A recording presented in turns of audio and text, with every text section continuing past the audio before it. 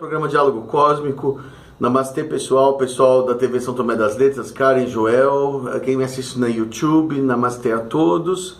Hoje eu vou falar um pouquinho sobre inovações da física, né? A gente até um tempo atrás punha em Einstein um deus incontestável, né? Em Darwin um deus incontestável. Eles foram sem dúvida grandes cientistas, descobriram muita coisa, mas evidentemente que conforme a ciência vai evoluindo, a gente vai descobrindo outros aspectos da natureza do universo que vão mostrando que algumas coisas são verdade e outras não. Eu me lembro quando eu fazia minhas vigílias ufológicas lá com a Roseli Vaz de Lima, né, que era uma grande veterana tal das vigílias. A gente conversava muito sobre ET e tal, e ela tinha dito assim que um ET tinha dito, né, para uma pessoa que o Einstein estava errado, né, que a teoria da relatividade tinha furos, e que nesses furos é que os ETs se valiam para viajar pelo espaço, que não existe, né, um limite de velocidade real no universo, entendeu? Que não existe esse limite, essa barreira da luz invencível, né? Eu falei assim, e daí? Ele explicou como é que faz para quebrar, né? Quer dizer, a gente primeiro que não consegue chegar na velocidade da luz, né? E muito menos superar a velocidade da luz, né? Mas eles que chegaram na velocidade da luz superaram e viram que não acontecia nada. Mas que não acontecia essa coisa de você se dissolver em luz, se transformar em luz, ou que você ia ver. Evidentemente que imagina assim, que se você viaja à velocidade da luz, né? A luz começa a ficar para trás, quer dizer, as coisas começam a ficar meio distorcidas, né? Isso é de se imaginar, mas não que, por exemplo, isso como acontece no Star Trek, né? As coisas começam a ficar, começam a formar um tubo, as estrelas, né? Porque a luz não consegue andar na velocidade, está andando numa velocidade inferior a você mesmo. Isso é possível de imaginar. Você pode imaginar que se você estiver andando na velocidade superior à da luz, aquela bolinha que é a estrela vai ficar parecendo, vai se transformar um fio, né? Um fio, porque você vai ver a luz em vários momentos, né? Você vai estar viajando mais rápido que ela, né?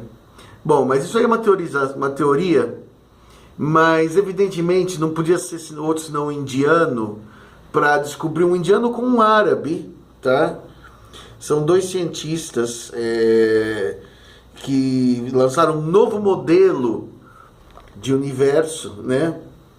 Em que, por exemplo, o Big Bang, o Ahmed Farag Ali, da Universidade do Egito, e Surya Das, quer dizer, é um indiano, mas da Universidade Lethbridge, em Alberta, Canadá, né? Eles foram em cima das teorias de um outro indiano que veio antes deles, que era o Amal Kunar Rao Chaduri, em 1950, físico indiano, que o Rauchaduri corrigia, né, as equações pela mecânica quântica, pela relatividade, eu não entendo nada disso, né? As equações de Friedman foram corrigidas pela mecânica quântica, me diga quem for físico que me explique, né? Que descreve o universo como sendo preenchido por um fluido quântico, e nesse fluido feito de gravitons, partículas que não têm massa e não são mediadoras da força de gravidade. E para não ficar muito nas dúvidas, esse trabalho relacionado mostra os gravitons podem formar o condensado de Bose-Einstein, né? Aí começa a falar umas coisas aqui de ciência muito elevada que eu não entendo, né? Nessa nova hipótese, o potencial de resolver o problema da singularidade e ao mesmo tempo explicar a matéria escura. Quer dizer, nessa teoria, nessa nova teoria, né? Eles colocaram que o novo modelo não prevê a singularidade. Quer dizer, o que é não prever a singularidade? Eles acham que o universo contrai e expande, a famosa respiração de Vishnu lá, ou de Brahma, ou já me disseram até de Krishna, mas é de Vishnu que eu aprendi. Que a respiração e a inspiração, né, o eterno expandir e o eterno contrair, sem um momento zero, né? Porque o Big Bang seria uma singularidade. O Big Bang seria uma condensação máxima de matéria, onde a proximidade das moléculas, dos átomos, dos nêutrons, dos prótons, seria infinita, né? Quer dizer, seria o ultra buraco negro, né? Assim, quer dizer, teria uma densidade, um peso infinito, né? Até o ponto daquela matéria explodir em milhares de bilhões, zilhões, trilhões, quatrilhões, quintilhões, enilhões de partículas e formar o nosso universo conhecido. Segundo essa nova teoria, pelos cálculos deles, né, fizeram um cálculo diferente, eles mudaram lá a cota de matéria escura que tem no universo e chegaram à conclusão de que essa matéria que o universo poderia estar respirando, entendeu? Ele poderia estar aumentando e diminuindo, aumentando e diminuindo, aumentando e diminuindo ao longo de bilhões de anos, literalmente respirando, como diziam os hindus. Né? Os hindus geralmente estão certos nas coisas, em muita coisa não, mas em muita coisa sim. E que então se o universo respira, ele não tem começo nem fim, ele só tem contrair e expandir eternamente, contrair e expandir eternamente no universo circular, no universo de existência cíclica, né? As famosas eras, as yugas, né? Tem a Kali Yuga, tem a Brahma Yuga, tem a Loki Yuga, não sei o que Yuga. Quer dizer, só expansão e contração, destruição de um determinado modelo de universo para, vamos dizer, né, compactação. É como se você pegar o teu computador, né? Você formata e começa de novo, com outra programação, com outros aplicativos, com outras histórias, né? Mas de maneira alguma um esmagamento total da matéria. Isso seria do efeito de que a gente ia começar a perceber que o universo realmente, nesse modelo, não teria início previsto. Porque o Big Bang, né, assim, aquela bola de massa infinita que explodiu no universo, teria que prever o que aconteceu antes. Então teria um universo que contraiu antes, ou surgiu do nada, ou, né? Quer dizer, o Big Bang ele deixa um ponto zero a partir do qual você não transcende. E esse não, esse cria um eterno positivo, negativo, positivo, negativo, positivo, negativo, que joga a idade do universo para muito além dos 13 bilhões de anos que a gente conhece. Este universo tem aparentemente 13 bilhões de anos, né? E na nossa ignorância tem, né? Então, mas que poderia ter muito mais que isso, porque ele poderia ser a reciclagem de muitos universos que vieram antes, né? Isso me parece totalmente verdade, totalmente verdade.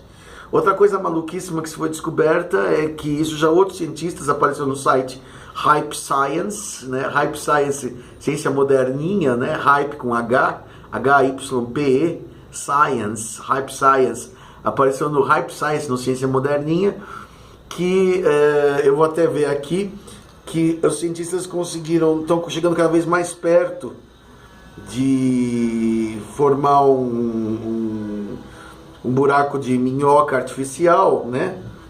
Criado de laboratório através de um campo invisível, e que poderia transmitir, através de um isolamento, de um tubo de metal, né? Energia de um ponto para outro, seria o teleporte, e que eles têm um conceito, né, de que o buraco de minhoca, que existe uma nova equação que poderia levar essa nova equação, poderia demonstrar que o universo tem buracos de minhoca por toda parte, porque existiriam matérias que têm afinidade. Eu não entendi por que a matéria tem afinidade. Duas partículas que têm afinidade, se elas são separadas, elas continuam conectadas, ou seja, elas são como duas irmãs telepatas, uma sabe o que está acontecendo com a outra. E que se você esmagasse, né, num buraco negro uma dessas partículas, a outra partícula no outro lugar se tornaria automaticamente um buraco negro, entendeu? Quer dizer, então, por exemplo, uma das coisas mais estranhas da física é que existem duas físicas diferentes, a da relatividade geral, que explica, e a mecânica quântica, que explica as menores partículas, como quarks e leptons, né? Isso gerou a teoria das cordas, né? Você pode dizer que O buraco de minhoca é o entrelaçamento quântico, é que eles falam.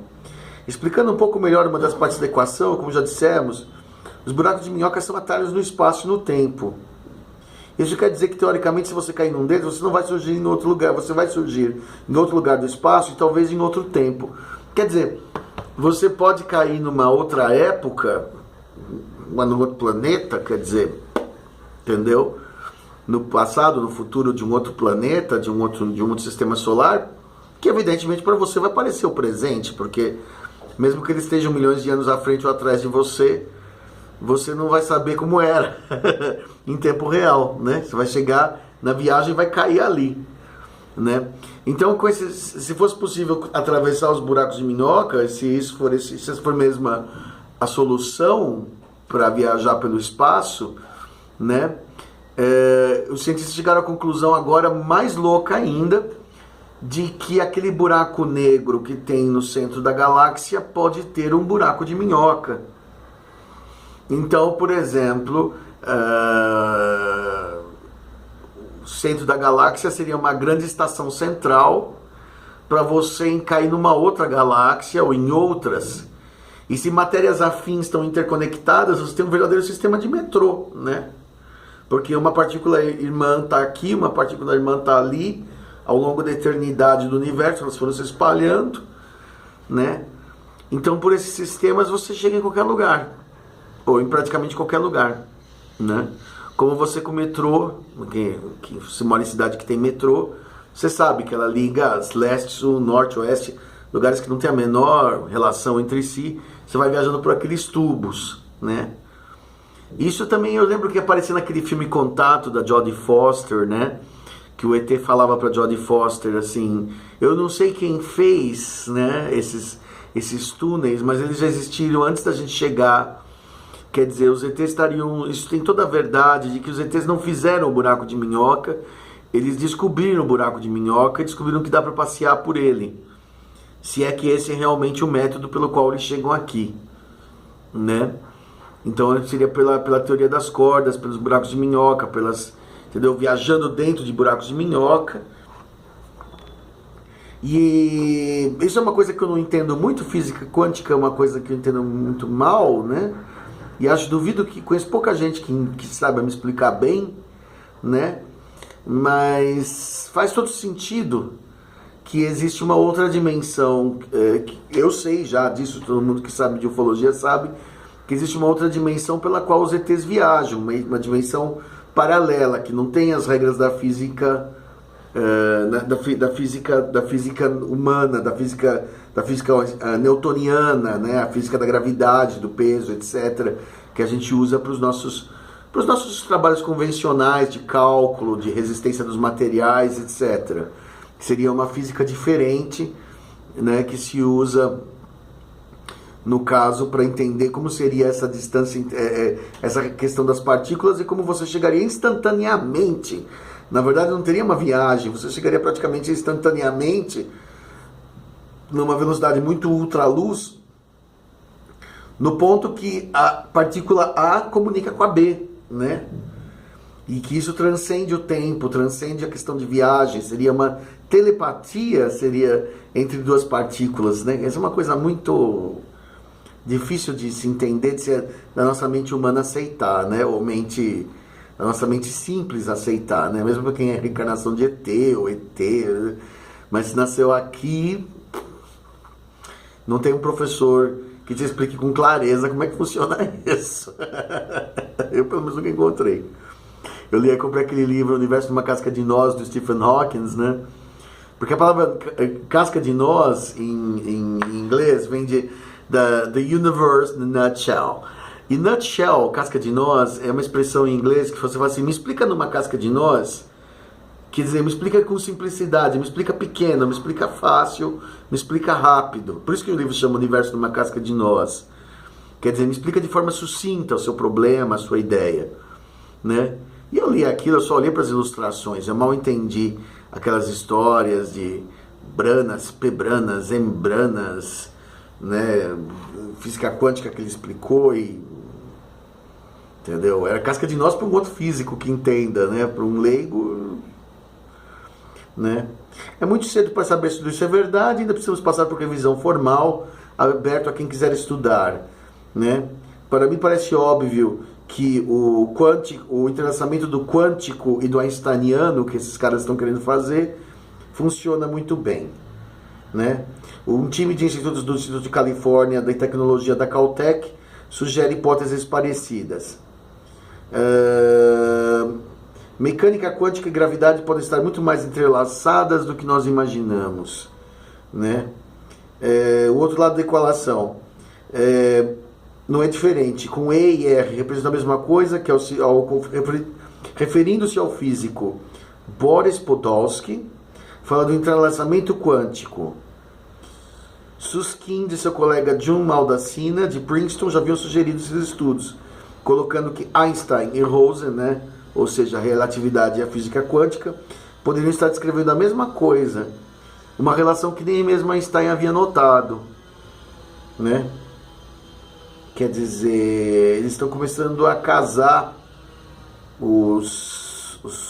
as teorias, tentando casar a teoria das cordas com a teoria da relatividade, e dá nisso, que você poderia cruzar o espaço numa boa em poucos minutos, na verdade no não tempo, né? Quer dizer, numa coisa que no tempo não existe, então seria no tempo mais rápido que o teu pensamento. Pensou? Você vai parar no outro planeta, né? Claro que com uma nave que suporte isso, né? Sei lá como é que se faz. Tá bom? Chico Penteado, programa Diálogo Cósmico, e namastê.